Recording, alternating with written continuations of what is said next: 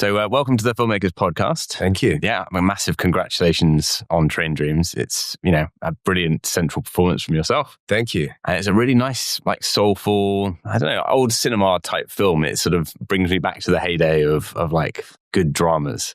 Good. So I agree. How are you feeling about the whole thing? Like doing the premieres in TIFF and here and I love the film for a number of reasons. I'm really happy that it came into my world. But I always loved the idea that you could be involved in something on a work level. For me, it's always about the process, and the process was beautiful. But the result, it also helps if the result is good. And I went into it knowing that I felt like this film was quite meaningful in its philosophy on life.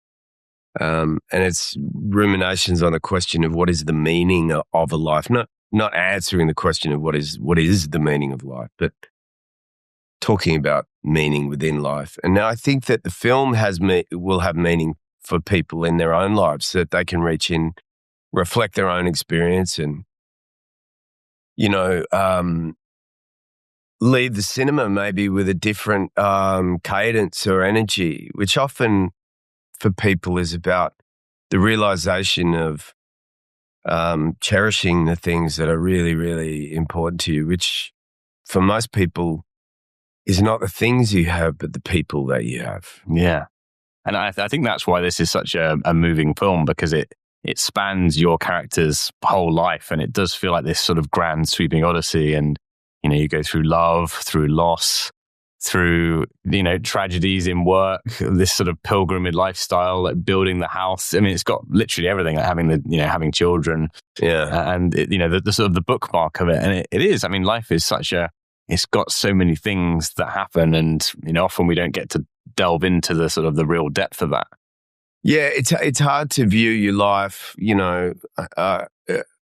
hindsight. Mm. Or to have a crystal ball about what are the experiences that I'm going to, tick off before I'm gone. But when you are older, you do kind of look back at this sort of weird journey you had that is not exactly the journey you might have expected to have. But it's also hard to pull back and realize that you're living your life right now. And to participate in it right now is very hard for a lot of us. I know it's very hard for me. I'm like, yeah, I'm doing a thing and my mind is elsewhere. And it's, quite often when I'm with my kids, it's like, remind myself that it's not just okay, but it's almost sort of potent and important just to be there rather than be there while being elsewhere, if that's, makes any sense. Yeah, no, it does. And I think that's why, going to the movies is a great kind of experience, because you get to be present and you get to watch an actor that's hopefully present. And you switch off from all that other stuff, because, in the time of, Train Dreams, there wasn't phones, there wasn't, when you finish your shift on the train, you'd go home and you spend time with your family, and that would be that zone that you kind of enter in. And now it's very hard, because you've got so many different projects flying around. You're flying around to different places across the world, and it's very everything's pulling you in different directions, and it is quite hard to focus on one thing and be in that kind of, this is family time, or this is watch a movie time, or go for a hike or something. There's so much stimulation in the world. It's funny, you watch Train Dreams and Robert stares at a chainsaw at some point. And it's like he's staring at, AI. Yeah. He's like, oh, shit, it's a whole new world. By it. Yeah. A steam engine and this. And, it's like, oh, what'll they think of next? Like, things are moving so quickly. And, of course, we got all that stimulation now and distractions and all. So, but it really is still, if you have the agency to take a breath, and it doesn't even mean you need to disrupt too much. It's just like, again, I'm guilty of this, but can you actually just not have your phone at the dinner table? Can you sit and watch a silly children's film with your kids? Can you actually have just a normal conversation with your family without anything else whizzing and banging and pinging in the background? Yeah. And it is very possible, because all you have to do is choose to do it. Yeah, but it's a strong Saying I'm the best choice. at it. Yeah.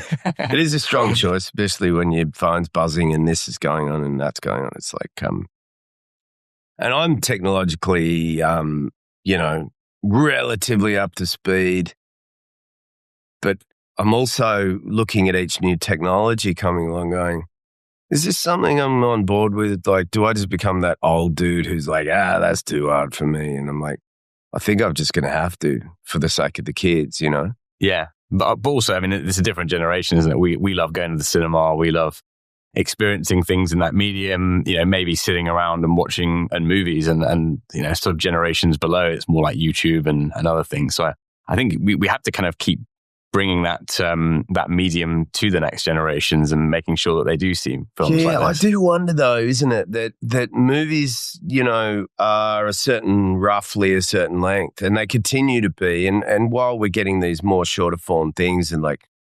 6-second kind of TikToks and 30-second TikToks and other things that are of a similar nature, is like there's still this desire even amongst young people to go watch a movie that's, at least 90 minutes long, maybe a little bit longer. You don't want it to be too long unless it's rich and really, really full of great story. But, there's a form to it that I think people are willing.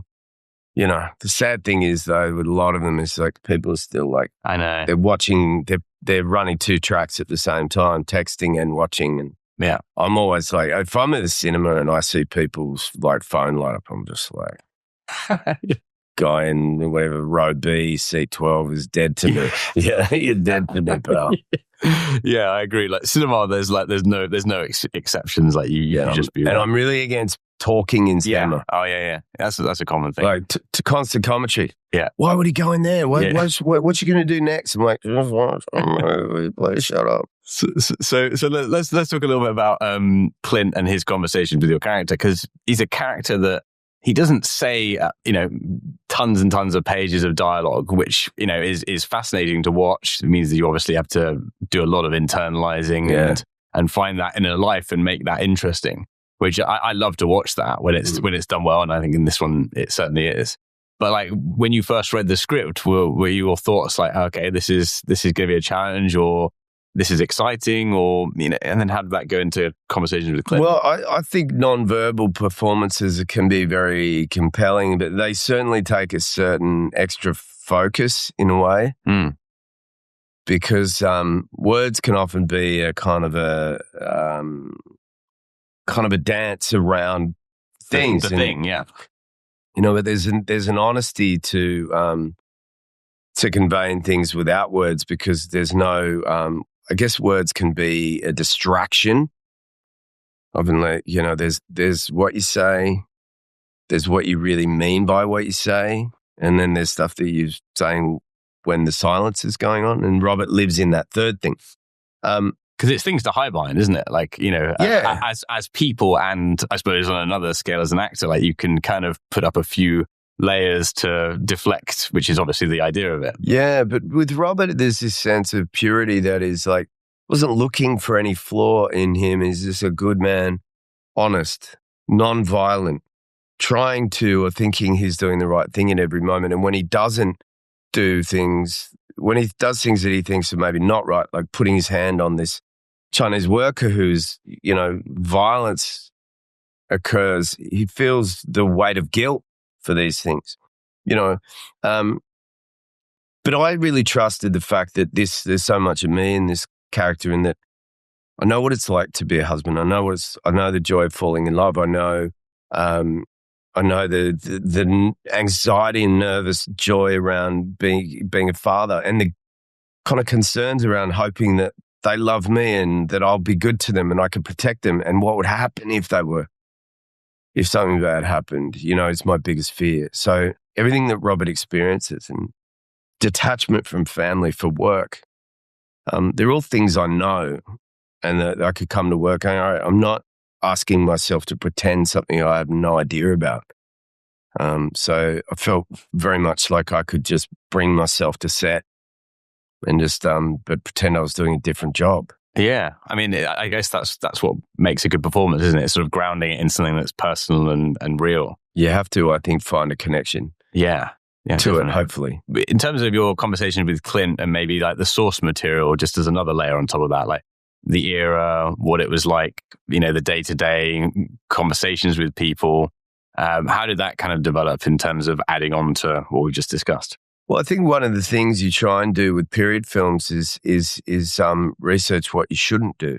Oh, okay. Interesting. There's certain etiquette and there's certain, it was really interesting. For example, the scene where I meet Gladys, we're told by the narration, which is a really good guide to Robert's journey because he's so nonverbal, that Gladys, the women at this period didn't really do things like forwardly introduce themselves to men. So we're already told that this is unorthodox. And I tip my hat to her, and then she offers her hand, and I shake her hand, and I look at her hand, which is a sign that this is unusual, that I'm shaking her hand the way I would shake a man's hand.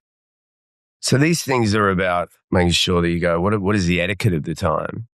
To me, I wasn't so worried about fitting in as a logo, belonging in that world. I felt like that felt like a natural thing for me. It's like, make sure I knew how to use the equipment. Yeah. Make sure I didn't look like a fool. Yeah, but I feel comfortable in nature. More importantly, I just want to make sure that the relationships felt right, and those aspects of making sure I don't overstep or modernize something too much in the vernacular, if anything. Yeah, I mean, being in those kind of like locations and nature is just spectacular. I mean, some people are terrified of it. Really? I'm terrified. I'm more terrified of putting on a crisp suit, pretending I was like a corporate banker or something. Yeah, that being in the woods and trudging around in mud and getting in rivers and stuff feels good to me.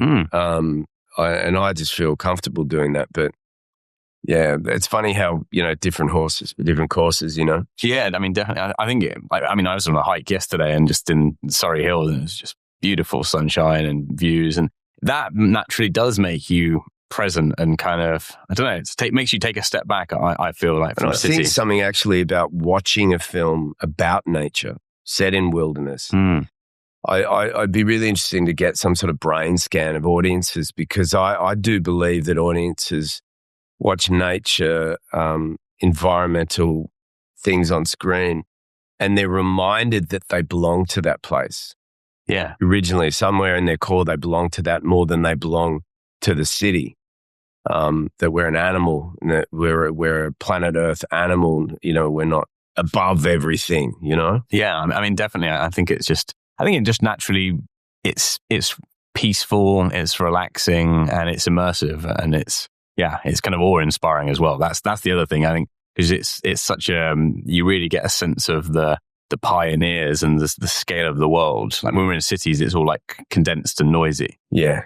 So is there anything that like particularly you found like maybe challenging in the character, any scenes or something on the shoot that was just like something you had to like sort of really give some thought or work through with maybe Clint or?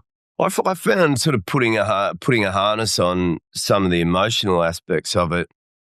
It's a big question when you're expressing deeper emotions like grief, and it is how much you let that stuff go, as in how much you allow a character to express those things, particularly when is Robert able to express those things, and if he does, how does he do it? So just having lots of conversations around that stuff, how much Robert could grieve. It's interesting that as soon as he really does, one of the first things that he says afterwards to Ignatius Jack, Nathaniel Arcan's character, is, "I'm sorry, I don't know what came over me." And you're like, dude, what came over you? Is you finally getting sad about the fact you may never see your family ever again? And how men and those kinds of men might have allowed themselves to express those softer emotions. I found interesting. The other one was just like lots of conversations around when Grenier's, spoiler alert here, when he believes he's come across his family again later, and know what I'm talking about. Yeah. Is whether this is true, part of the dream of the train dreams, part of the wish fulfillment, or is it in fact somebody else, and he's projecting onto this desire that he can reconnect with his family. So we sort of heady discussions about that before we shot it. Yeah, I mean, that definitely feels like the sort of crux of the character is, this love and then moving past that into the mourning. Joel, it's been a lovely chat and massive congratulations on the film. Thank you. I've always enjoyed your work, loved Warrior and all the stuff in between. So, thank you, man. Yeah, well done.